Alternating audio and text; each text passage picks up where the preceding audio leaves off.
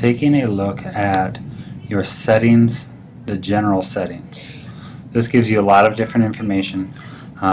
Tells you about your iPad. If you have a software update, which everybody currently does, you're currently on iOS 5.0, and we have the latest update is 6.0. You can change some sound settings such as incoming mail, tweets, things like that. If you want to turn off Bluetooth, you have the option to be able to do that. If you're updated to iOS 6 already, you'll notice that some of these features look quite a bit different. Still, the basic thing is just the location of where they're at is kind of the big difference. If the spotlight search, if you want to take off things like mail, so when you're doing a spotlight search, you don't have to worry about your emails coming up. That's where you can do that. The other thing I would recommend doing is auto lock. 2 minutes is fine if it's for your own personal use. You might want to increase it to 5 to 10 minutes if you're using it in your class, simply because if you use a passcode lock, which is the next thing, this will lock your screen after that much time, and then you have to type in a passcode.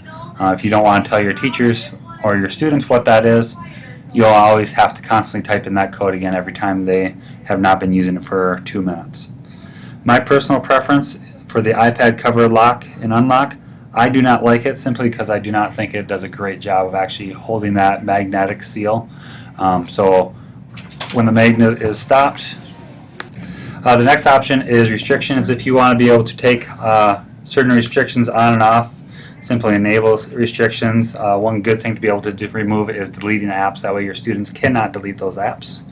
Moving back, the toggle button, which is right next to your volume button, you can take off the lock rotation or muting, depending on what your preferences are. Personally, I like the orientation because I can just press the volume button multiple times to mute it. Multi-gestures, if you don't like those, you can take those off. Last few options, keyboard. You can actually select if you like those emotions.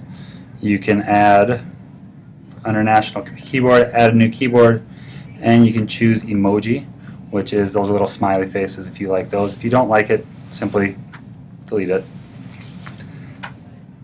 Shortcuts is another neat little feature that you can add. If you have an email address that you might want to type in, I'm going to type in volleyball.